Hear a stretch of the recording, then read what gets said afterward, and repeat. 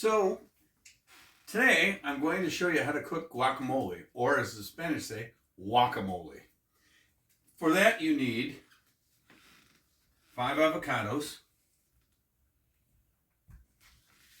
scallions, a lime, tomato, onion, and I use serranos or hot peppers, and some Ortego diced green chilies, garlic, and Zatarain's Creole seasoning, and of course, beer. We're going to begin, and a bowl. You'll notice the bowl is shiny. I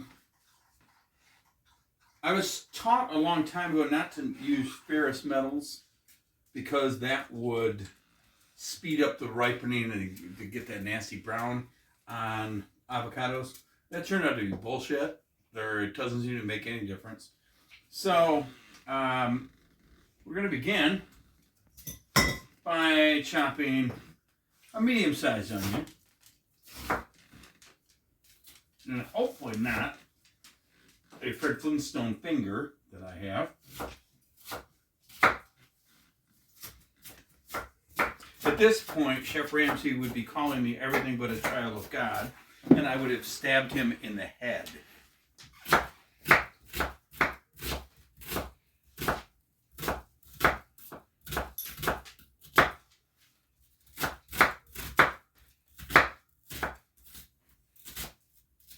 You want to chop these kind of fine because there's nothing worse than getting a big hunk of onion or anything in your guacamole. Most unpleasant is a chicken head, which has never happened to me, but I'm sure it's happened in parts of Mexico. So I'm going to chop up all of this. If you have any recipe that tells you to devein and remove the seeds from the peppers you're using, I'm using a serrano here, but what the hey, let's also use a jalapeno. These have all been washed and prepped beforehand. You want to do that because you don't know what kind of mouth-breathing idiot is handling the produce and what part of their body they're touching it with throughout the process of harvesting the produce and getting it to the store. With that, my original recipe called for about a quarter of a can of this. Screw that, because having 2/4 of this, unless you're making guacamole every day, isn't that great. So, we're going to take tomato, we're going to do the same thing. I don't think that I need to explain a lot of this, since if you don't know how to cut vegetables, don't try. What qualifies me to make guacamole? Well, I did work in a Mexican restaurant, and I have spent quite a while perfecting this recipe. We open the beer.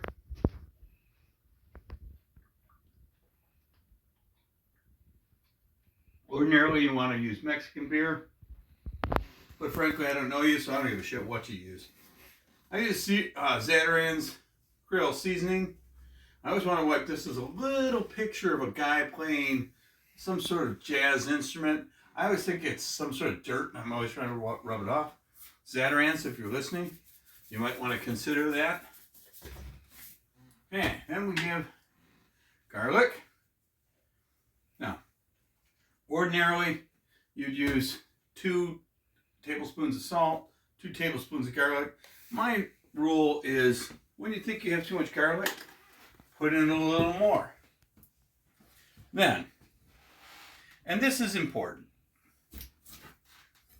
take a lime and squeeze lime juice, not lemon, lime juice, into guacamole mix. The reason for that is I've found over the years that it doesn't affect the flavor as much, but lime juice seems You'll have to excuse me. I'm reading a book on Doc Holliday, and I'm a hypochondriac, so therefore, I am coughing a lot lately. If you don't understand the reference, look it up. I've got a couple of dullards out there that watch my stuff, so let me do that.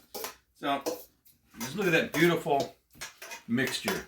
Still a little chunky, but I don't care.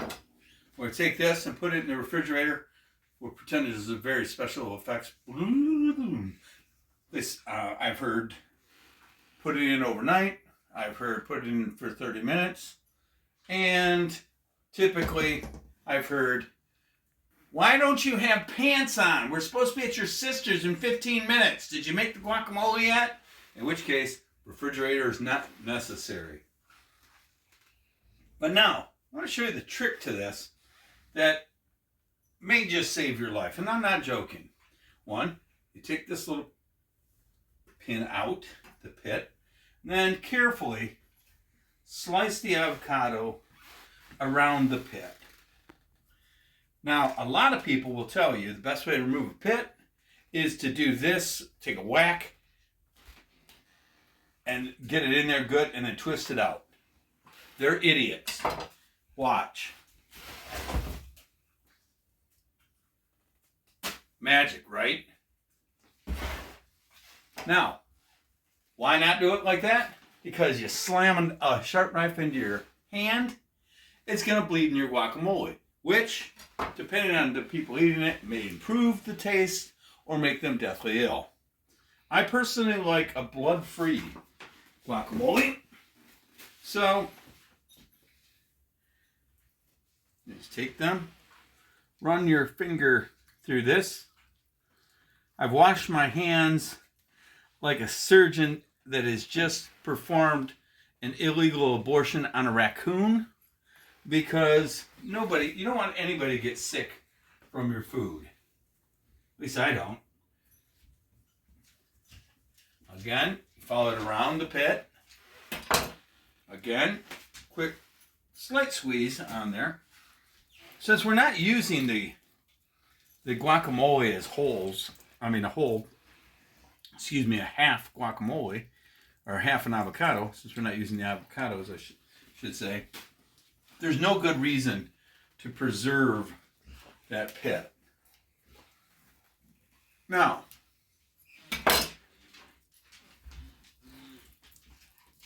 got that.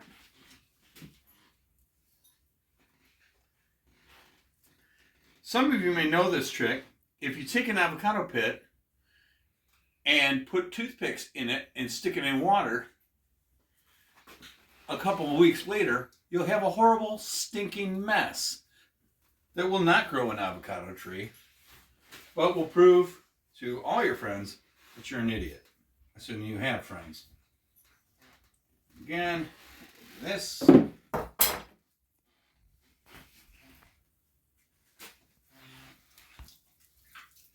Ordinarily, this would feed, I used to make this for restaurant quantity, and it would feed comfortably 20 people. But I eat a lot of guacamole, so this does not come anywhere near feeding 20 people, because it's very good. Now, a couple of things you should do when people ask you about your guacamole. The first is, people are going to ask you, is it spicy? In which case, the only appropriate response is to punch them as hard as you can in the tit. Yes, it's going to be spicy. Everyone's palate has a different tolerance for this. We're just going to chop these up right now, but they're very decorative. Now this part is one of the most important parts. Like I said, wash them like you're a surgeon. Typically, throughout making guacamole, I wash my hands 3 or 4 times. You're going to see why here in a second. And I'm squeezing the avocados between my hands. Why? because you get things like this. This is not cut up enough.